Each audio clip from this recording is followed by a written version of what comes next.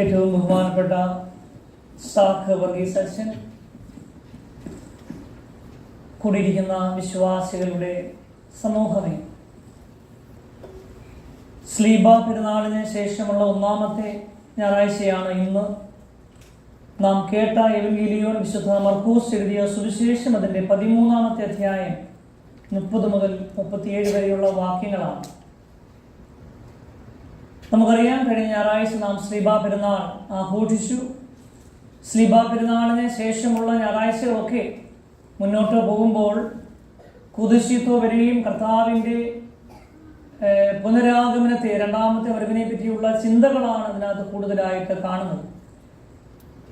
മരണം, രണ്ടാം വരവ്, യുഗാന്ത്യ ചിന്തകളാണ് കാണുന്നത്. പ്രത്യേകിച്ച് ഇന്ന് കർത്താവിൻ്റെ രണ്ടാമത്തെ വരവിനുള്ള ഒരുക്കത്തെ പറ്റിയാണ് പറഞ്ഞിരിക്കുന്നത്. ഈ ഭാഗത്ത് നിന്ന് ഒരു വാചകം മാത്രം നിങ്ങളുമായിട്ട് ഇന്ന് പങ്കുവയ്ക്കാനായിട്ട് ആഗ്രഹിക്കുന്നു. മർക്കോസ് 13-ാം അധ്യായം അതിൻ്റെ 33-ാമത്തെ വാക്യം, മാർക്ക് ചാപ്റ്റർ 13 വേഴ്സ് 33. നിങ്ങൾ സൂക്ഷിച്ചു കൊള്ളണം, ഉണർന്നിരിക്കണം, പ്രാർത്ഥിക്കുകയും ചെയ്യുകയും.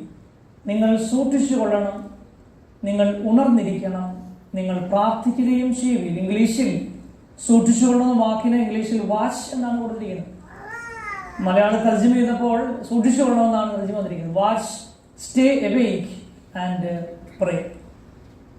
3 കാര്യങ്ങളിൽ ഒന്നാമത്തത് നിങ്ങൾ സൂക്ഷിച്ചു കൊള്ളണം എന്നുള്ളതാണ്. വാച്ച്, നിങ്ങൾ സൂക്ഷിക്കണമെന്ന് പറയുമ്പോൾ പ്രത്യേകിച്ച് നാം ആയിരിക്കുന്നതായ സമൂഹത്തിൽ, ആധുനിക സമൂഹത്തിൽ ജീവിക്കുന്നവരാണ് ഞാനും നിങ്ങളും ഒക്കെ. വളരെ ഒരു ഫാസ്റ്റ് ലൈഫാണ് നമുക്കെല്ലാം ഉള്ളത്. ഈ ലോകത്ത് നാം ആയിരിക്കുമ്പോൾ നാം എന്തിനെയൊക്കെയാണ് സൂക്ഷിക്കേണ്ടത്? അതിനെ വിശദമായിട്ടൊന്നും സംസാരിക്കാനായിട്ട് സമയമില്ല. എങ്കിൽ പോലും പാപത്തിൽ അകപ്പെടാതിരിക്കുവാനായിട്ട് സൂക്ഷിച്ചുകൊള്ളുകയും, ജീവിതത്തിൽ പാപത്തിൻ്റെതായ ചില ആകർഷണങ്ങൾ നമ്മുടെ ജീവിതത്തിലൊക്കെ ഉണ്ടാകുവാനായിട്ട് സാധ്യതയുണ്ട്. അതുകൊണ്ട് പാപത്തിൽ നിന്ന് സൂക്ഷിച്ചു നിൽക്കുവാനായിട്ട് പറയുന്നു. Guard your soul like a lamp before Christ.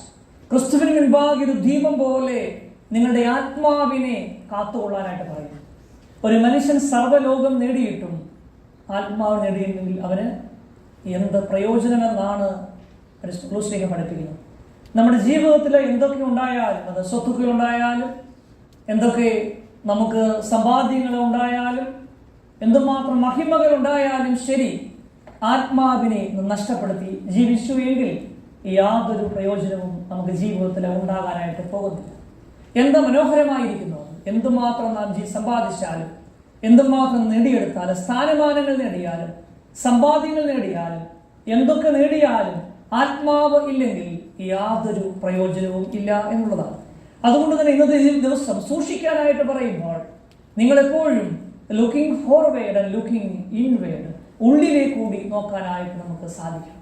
അതുകൊണ്ടാണ് മാനസാന്തരം എന്ന വാക്കിന് മനസ്സിനുണ്ടാകുന്ന അന്തരം, വ്യത്യാസം എന്നതിനുപരിയായിട്ട് മാനസം, ആന്തരം, അവനവന്റെ ഉള്ളിലേക്ക് ഒന്ന് നോക്കുവാനായിട്ട് പ്രേരിപ്പിക്കുകയാണ്. നമ്മുടെ ജീവിതത്തിലെ ഇത്രയും പ്രായം നമുക്കായി, വർഷങ്ങളായി പല സ്ഥലങ്ങളിൽ നിന്ന്, പ്രത്യേകിച്ച് ഈ മനോഹരമായ ഓസ്റ്റിൻ പ്രദേശത്ത് നിങ്ങൾ വന്നു ചേർന്നു എങ്കിൽ നമ്മുടെ ജീവിതത്തിൽ ആത്മാവിനെ നാം നേടിയിട്ടുണ്ടോ, നമ്മുടെ ആത്മാവിനെ നാം നഷ്ടപ്പെടുത്തിയിട്ടുണ്ടോ എന്ന് ചിന്തിക്കുവാനായിട്ട് ഈ സമയം നാം ഉപയോഗിക്കണം. ഉള്ളിലേക്ക് തിരിഞ്ഞു നോക്കണം. നിങ്ങൾ സൂക്ഷിച്ചു കൊള്ളണം. 2, നിങ്ങൾ ഉണർന്നിരിക്കണം. സ്റ്റേ എവേക്ക്, എപ്പോഴും ഉണർന്നിരിക്കണം. ശ്രീബുദ്ധന്റെ അടുക്കൽ ചെന്നിട്ട് ഒരു മനുഷ്യൻ ചോദിക്കുന്നുണ്ട്, അങ്ങ് ആരാണ്? പ്രവാചകനാണോ? ശ്രീബുദ്ധൻ പറയുന്നു, അല്ല, ഞാൻ പ്രവാചകനൊന്നുമല്ല. പിന്നെ അങ്ങ് ആരാണ്? ധർമ്മം പ്രചാരകനാണോ? ധർമ്മം പ്രചരിച്ചു നടക്കുന്ന ആളാണോ? ബുദ്ധൻ വീണ്ടും പറയുന്നുണ്ട്, അല്ല, ഞാൻ അതുമല്ല. പിന്നെ നീ ആരാണ്? ബുദ്ധന്റെ മറുപടി ഇങ്ങനെയാണ്, ഉണർന്നിരിക്കുന്നവൻ. ജീവിതത്തിൽ ഉണർന്നിരിക്കുവാനായിട്ട് നമുക്ക് സാധിക്കണം. നമ്മുടെ പ്രാർത്ഥനയിൽ നാം ഉറക്കമില്ലാത്ത ഉള്ളവനായ എൻ്റെ കർത്താവെ ഉറക്കത്തിൽ ഉണർത്തണമേ എന്നാണ് പാതിരാത്രി പ്രാർത്ഥനയിൽ നാം ചൊല്ലുന്നത്. ഉണർന്നിരിക്കുവാനായിട്ട് നമുക്ക് സാധിക്കണം. നമ്മുടെ ജീവിതത്തിൽ ഞാൻ ആദ്യം പറഞ്ഞതുപോലെ സൂക്ഷിച്ചു കൊള്ളണം. പാപത്തിൻ്റെതായ ലാഞ്ചനകൾ, ഈ ലോകത്തിൻ്റെതായ മോഹങ്ങൾ കടന്നു വരാനായിട്ട് സാധ്യതയുള്ളത് കൊണ്ട് ഉണർന്നിരിക്കാനായിട്ട് സാധിക്കണം. എപ്പോഴും ഒരു വാഹനം ഓടിക്കുന്ന ഒരു വ്യക്തി ഉണർന്നിരുന്നേ മതിയാകൂ. അവൻ സൂക്ഷിച്ചാൽ മാത്രം പോരാ, ഉണർന്നിരിക്കണം.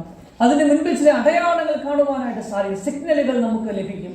ആ സിഗ്നലുകൾ നോക്കിയിരുന്നെങ്കിൽ മാത്രമേ കൃത്യമായിട്ട് മുന്നോട്ട് പോകാനായിട്ട് സാധിക്കത്തുള്ളൂ. നിങ്ങളുടെ ജീവിതത്തിൽ ഉണർന്നിരിക്കണം. മൂന്നാമതായിട്ട് പ്രാർത്ഥിച്ചുകൊണ്ടേയിരിക്കണം. പൗലോസ് വീണ്ടും പറയുന്നുണ്ട്, എപ്പോഴും സന്തോഷിപ്പീൻ, ഇടവിടാതെ പ്രാർത്ഥിപ്പീൻ, എല്ലാറ്റിനും സ്തോത്രം ചെയ്യും. നിങ്ങളുടെ മുഖത്ത് സന്തോഷം കാണുന്നത്. എപ്പോഴും സന്തോഷിപ്പീൻ. എനിക്ക് തോന്നുന്നത് കഴിഞ്ഞ നേരത്തെ ഈ H1B വിസയുടെ പ്രശ്നങ്ങൾ, പുതിയ തീരുമാനങ്ങളൊക്കെ നമ്മെ കഴിഞ്ഞ രാത്രിയിൽ നിങ്ങളെല്ലാവരെയും ആകുല ചിത്തരാക്കി കാണുമെന്ന് എനിക്കറിയാം.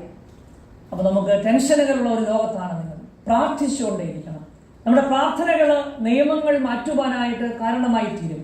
നമുക്ക് ശരിയായ രീതിയിൽ മുന്നോട്ട് പോകുവാനായിട്ട്, നമ്മുടെ ജീവിതത്തിൽ മുന്നോട്ട് പോകണമെങ്കിൽ പ്രാർത്ഥന ആവശ്യമാണ്. പ്രാർത്ഥന എന്ന് പറയുമ്പോൾ എപ്പോഴും പ്രാർത്ഥിച്ചുകൊണ്ടിരിക്കുക എന്ന് പറയുമ്പോൾ എപ്പോഴും നാം ഒരു പുസ്തകം നോക്കി പ്രാർത്ഥിക്കുക എന്നുള്ളതല്ല. നമ്മുടെ ജീവിതം പ്രാർത്ഥനയിൽ ആയിരിക്കണം എന്നുള്ളതാണ്. പ്രയർഫുൾ ലൈഫ് ആയിരിക്കണം. ഭക്ഷണത്തിന് മുൻപ് പ്രാർത്ഥിക്കണം, അത് കഴിഞ്ഞിട്ട് പ്രാർത്ഥിക്കണം. രാവിലെ എഴുന്നേൽക്കുമ്പോൾ പ്രാർത്ഥിക്കണം, കിടക്കുമ്പോൾ നന്ദി പറയാനായിട്ട് പ്രാർത്ഥിക്കണം, യാത്ര ആരംഭിക്കുമ്പോൾ പ്രാർത്ഥിക്കണം. എപ്പോഴും പ്രാർത്ഥന ജീവിതമാണ് സുറിയാനിയോസ് നമ്മെ പഠിപ്പിക്കുന്നത്. ജീവിതം മുഴുവനും വിശുദ്ധമായിരിക്കണം. ഒരു കുഞ്ഞ് തന്റെ അമ്മയിലേക്ക് എപ്രകാരം ശ്രദ്ധിക്കുന്നുവോ അപ്രകാരമായിരിക്കണം നമ്മുടെ എല്ലാ പ്രവർത്തനങ്ങളും. അതാണ് പ്രാർത്ഥനയെ പറ്റി പറയുവാനായിട്ട് ഉള്ളത്. വീണ്ടും ഈ ഭാഗം പരിശോധിക്കുമ്പോൾ കർത്താവിന്റെ രണ്ടാമത്തെ വരവെങ്കിൽ 3 കാലഘട്ടങ്ങളായിട്ട് തിരിക്കുന്നുണ്ട്. ആ 3 ടൈം അവിടെ കാണുന്നുണ്ട്. ഇന്നലെ, ഇന്ന് അല്ലെങ്കിൽ നാളെ എന്നുള്ളത്, പാസ്റ്റ്, പ്രസന്റ്, ഫ്യൂച്ചർ. എന്നാൽ കർത്താവിന്റെ രണ്ടാമത്തെ വരവെങ്കിലെ സംബന്ധിക്കുമ്പോൾ അല്ലെങ്കിൽ പുനരുത്ഥാനത്തിൻ്റെതായ സമയത്ത് സമയം എന്ന് പറയുന്ന ഒരു വാക്ക് അവിടെ ഇല്ല. ഇന്നലെയെന്നോ ഇന്നെന്നോ നാളെയെന്നോ ഉള്ള യാതൊരുവിധ വ്യത്യാസവും ഇല്ല. സമയമൊക്കെ നമുക്കാണ് ഉള്ളത്, നമ്മളാണ് നിർണയിച്ചിരിക്കുന്നത്. അതുകൊണ്ട് കാലങ്ങളോ സമയങ്ങളോ ഒന്നും അവിടെ ഒരു വിഷയമേ അല്ല. അതുകൊണ്ടാണ് മരുഭൂമി മലയിലെ മോശയും എലിയാവും പ്രത്യക്ഷപ്പെട്ടപ്പോൾ അനേക വർഷങ്ങൾക്ക് മുമ്പ് മരിച്ചതായ മോശയും എലിയാവിനെയും കാണുന്നുണ്ട്, കർത്താവിനെ അവിടെ കാണുന്നുണ്ട്, ശിഷ്യന്മാരെ കാണുന്നുണ്ട്, ഭാവിയിൽ വരാതിരിക്കുന്ന കാര്യങ്ങളെ പറ്റി പറഞ്ഞു കൊടുക്കുന്നുണ്ട്. അതുകൊണ്ട് പാസ്റ്റ്, പ്രസന്റ്, ഫ്യൂച്ചർ എന്നിവയൊക്കെ നമ്മുടെ ചില തോന്നലുകൾ മാത്രമാണ്. അവിടെ ഞാൻ കൂടുതൽ അങ്ങോട്ട് കടക്കുന്നില്ല. അതുകൊണ്ട് സമയങ്ങളൊക്കെ മാറിപ്പോകുന്നതായ, അല്ലെങ്കിൽ പാസ്റ്റ്, പ്രസന്റ്, ഫ്യൂച്ചർ അതൊന്നും ഇല്ലാത്തതായ ഒരു അവസ്ഥയിലേക്ക് നാം എത്തിച്ചേരും. വിശുദ്ധ കുർബാനയിൽ നാം നോക്കുമ്പോൾ അതുകൊണ്ടാണ് യേശുക്രിസ്തു ആദ്യം പറയുന്നുണ്ട് സ്വർഗരാജ്യം വന്നല്ലോ, പിന്നെ പറയുന്നുണ്ട് സ്വർഗരാജ്യം വരാതിരിക്കുന്നു, മാനസാന്തരപ്പെടുവീൻ എന്ന് പറയുന്നു. പിന്നെ പറയുന്നു സ്വർഗരാജ്യം നിങ്ങളുടെ ഇടയിൽ തന്നെ ഉണ്ടല്ലോ എന്ന്.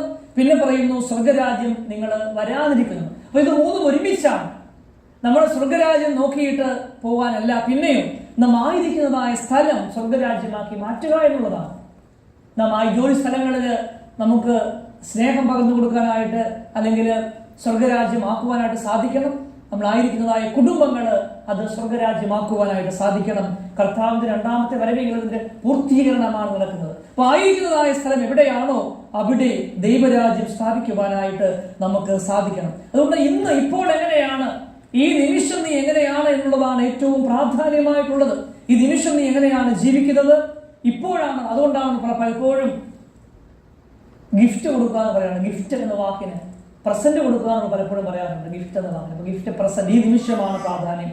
അതുകൊണ്ട് തന്നെ പൗലോസ് പറയുന്നു, ഇപ്പോഴാകുന്നു സുപ്രധാനമായ കാലം, ഇപ്പോഴാകുന്നു രക്ഷാ ദിവസം എന്നമായിരിക്കുന്നതായ സമയത്ത് ആദ്യം പറഞ്ഞ 3 കാര്യങ്ങൾ സൂക്ഷിച്ച് കൊള്ളുവീൻ. Watch, looking forward and looking inward.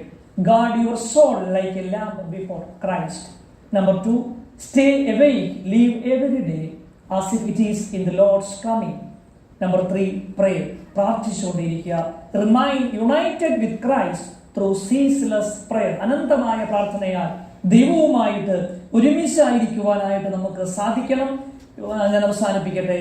നിങ്ങൾ സൂക്ഷിച്ചു കൊള്ളണം, നിങ്ങൾ ഉണർന്നിരിക്കണം, നിങ്ങൾ പ്രാർത്ഥിക്കണം. നീ പ്രാർത്ഥിച്ചാൽ കർത്താവ് ഉത്തരമരുളും.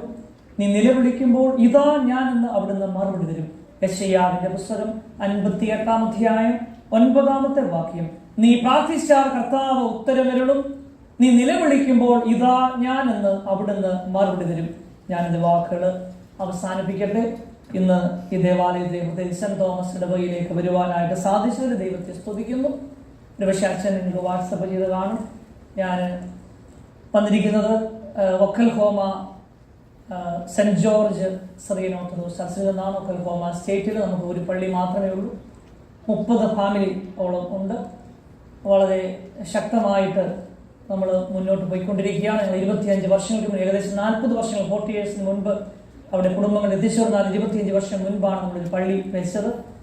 ആ പള്ളിയെ ഇതിനെക്കാളൊക്കെ പള്ളിയിൽ നിറച്ച ആളുകൾ നിൽക്കാനായിട്ട് സ്ഥലമില്ല. ബാക്ക് സൈഡിലെ ഗ്ലാസ് ഭാഗം അത് അടർത്തി മാറ്റിയിട്ട് കുറച്ചുകൂടി ബാക്കിലേക്ക് പള്ളി ഒന്ന് എക്സ്റ്റെൻഡ് ചെയ്യുവാനും, അതോടൊപ്പം തന്നെ നമ്മൾ ഒരു പാരിഷ് സൺഡേ സ്കൂൾ കെട്ടിടം പണിയുവാനുമായിട്ട് ആഗ്രഹിക്കുന്നു.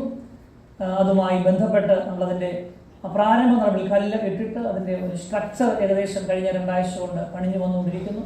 നമുക്ക് അടുത്തുള്ള വിവിധ ദേവാലയങ്ങളിൽ സന്ദർശിക്കുകയും ആ ദേവാലയങ്ങളിൽ നിന്ന് സംഭാവനകൾ സ്വീകരിക്കുകയും ചെയ്യുക. നിങ്ങൾ ടെൻഷൻ അടിക്കുന്നത് വേണ്ട. ദൈവം തന്നതിൽ നിന്ന്, നിങ്ങൾക്ക് ലഭിച്ചതിൽ നിന്ന്, അതിൽ നിന്ന് ഒരു ഭാഗം നിങ്ങൾക്ക് സംഭാവന നൽകുവാനായിട്ട് മനസ്സ് വരുന്നു എങ്കിൽ മാത്രം ഞാൻ ഈ സാധാരണ പള്ളിയിൽ പിരിവ് എനിക്ക് ശീലമില്ല. അതുകൊണ്ട് തന്നെ എങ്കിൽ പോലും നിങ്ങളുടെ മനസ്സ് നിങ്ങളെ അനുവദിക്കുന്നു എങ്കിൽ നിങ്ങൾ തിരിച്ചു പോകുമ്പോൾ നിങ്ങളത് ഒന്നുകിൽ നിങ്ങളുടെ പണം ഉണ്ടെങ്കിൽ അത് കൊടുക്കുകയോ ഇല്ലെങ്കിൽ നിങ്ങളത് ഓഫർ ചെയ്യാം. ഇവിടെ അച്ഛനുമായി ബന്ധപ്പെടാം, അല്ലെങ്കിൽ പള്ളിയുടെ സെക്രട്ടറിയുമായിട്ട് ബന്ധപ്പെടാം. ഞങ്ങൾ 3-4 പേര്, എന്നോടൊപ്പം 3 പേര് വന്നിട്ടുണ്ട്. അതിനൊന്ന് എഴുന്നേൽക്കാം. Mister Abraham Kuriakose uncle, mister Manjith Zacharia, mister Jobish Joy, 3 പേരും ഒക്കൽഹോമ ഇടവകയിലെ സജീവരായ പ്രവർത്തകരാണ്. പ്രത്യേകം അവർ ഞങ്ങൾ ഇന്നലെ രാവിലെ ഒക്കൽഹോമയിൽ നിന്ന് ഇറങ്ങിയതാണ്, വൈകിട്ട് ഇവിടെ എത്തിച്ചേർന്നു. നിങ്ങൾ മുന്നോട്ട് പോകുമ്പോൾ അവരെ കണ്ടിട്ട് പോകാമെന്ന് പ്രത്യേകമായിട്ട് എല്ലാവരെയും ഓർപ്പിക്കട്ടെ. ഇടവകയിൽ ഇന്ന് എത്തിച്ചേരാത്ത ആളുകൾ അവരോട് കൂടി പറയണം. ബഹുമാനപ്പെട്ട സാഖ് വർഗീസ് അച്ഛനെ പ്രത്യേകമായിട്ട് അച്ഛനോട് ഈ കാര്യം ആവശ്യപ്പെട്ടപ്പോൾ അച്ഛൻ സന്തോഷപൂർവ്വം, അച്ഛന് ഇംഗ്ലീഷ് മലയാളം നന്നായിട്ട് എനിക്കൊന്നും അറിയത്തില്ലെങ്കിലും എനിക്ക് ഇംഗ്ലീഷ് നന്നായിട്ട് അറിയത്തില്ല. ഇടയിലാണെങ്കിൽ പോലും അച്ഛൻ വളരെ, ഞാൻ ആലോചിച്ചത് ഇവിടെ ബോണാൻപോട്ടപ്പായ അച്ഛനാണ്. എനിക്ക് അല്പം ഭയമൊക്കെ ഉണ്ടായിരുന്നെങ്കിൽ പോലും അച്ഛൻ രാവിലെ വിളിച്ചപ്പോൾ തന്നെ ഭയങ്കര വെൽക്കം ആയിരുന്നു. വളരെ സിമ്പിളായ ഒരു അച്ഛനാണ്. അച്ഛനുമായിട്ട് യാതൊരു മുൻപരിചയവും ഇല്ല. ഒരു പ്രാവശ്യം ഇവിടെ ചോദിച്ചോ കണ്ടിട്ടുണ്ട്. എങ്കിലും ഞാൻ ഇന്നലെ മുതൽ ശ്രദ്ധിക്കുകയായിരുന്ന ഓരോ സമയങ്ങൾ ഇവിടെ എത്തി ഓരോ അന്വേഷിച്ചുകൊണ്ടേയിരിക്കുകയാണ്. നിങ്ങൾ ഭക്ഷണം കഴിച്ചു, വൈകിട്ട് ഭക്ഷണം ഒക്കെ ഹോട്ടലിൽ അച്ഛന് എത്തിച്ചു. പ്രത്യേകമായിട്ട് അച്ഛൻ്റെ സിംപ്ലിസിറ്റി ജീവിതകാലം മുഴുവനും പൗരോഹിത്യ ജീവിതത്തിൽ ആ എളിമ തുടരുവാനായിട്ട് സാധിക്കട്ടെ എന്നും അച്ഛൻ്റെ മിഷൻ പ്രവർത്തനങ്ങളെ രാഷ്ട്രതലത്തിലൊക്കെ, അത് നമ്മുടെ സഭാതലത്തിലൊക്കെ വളരെ ചർച്ചയാണ്. അച്ഛൻ്റെ മിഷൻ പ്രവർത്തനങ്ങളെ പറ്റിയൊക്കെ ഞാൻ ഒക്കൽഹോമയിലും ഇങ്ങനെ ഒരു അച്ഛനോട് നേരത്തെ അച്ഛനെ അറിയപ്പെടുന്ന മുമ്പ് തന്നെ ഫാമിലി കോൺഫറൻസിന്റെ കാര്യങ്ങളൊക്കെ ഇടപെടുകയും വിശദീകരിച്ചിട്ടുണ്ട്. അച്ഛൻ്റെ മിഷൻ പ്രവർത്തനങ്ങൾ തുടരുവാനായിട്ട്, മിഷനുമുള്ള പൗരോഹിത്യവും ആ പുരോഹിതനായിട്ട് വളരുവാനായിട്ട് അച്ഛന് സാധിക്കട്ടെ എന്ന് പ്രത്യേകമായിട്ട് പ്രാർത്ഥിക്കുന്നു. ഞങ്ങളുടെ എല്ലാവിധമായ ആശംസകൾ അച്ഛൻ നേരുന്നു. അനുവാദം നൽകിയ ബഹുമാനപ്പെട്ട അച്ഛനോടും ഈ പള്ളിയുടെ സെക്രട്ടറി, ട്രസ്റ്റി, വൈസ് പ്രസിഡന്റ്, അതിന്റെ കമ്മിറ്റി മെമ്പേഴ്സ് എല്ലാവരോടും, പ്രത്യേകിച്ച് ഇവിടെ കൂടിയിരിക്കുന്ന എല്ലാവരോടും പ്രത്യേകമായിട്ട് നന്ദി അറിയിക്കട്ടെ. വാക്കുകൾ ഞാൻ ചുരുക്കുന്നു. നിങ്ങൾ സൂക്ഷിച്ചുകൊള്ളണം, നിങ്ങൾ ഉണർന്നിരിക്കണം, നിങ്ങൾ പ്രാർത്ഥിക്കണം. ദൈവം തമ്പുരാൻ എല്ലാവരെയും വാഴ്ത്തി അനുഗ്രഹിക്കട്ടെ.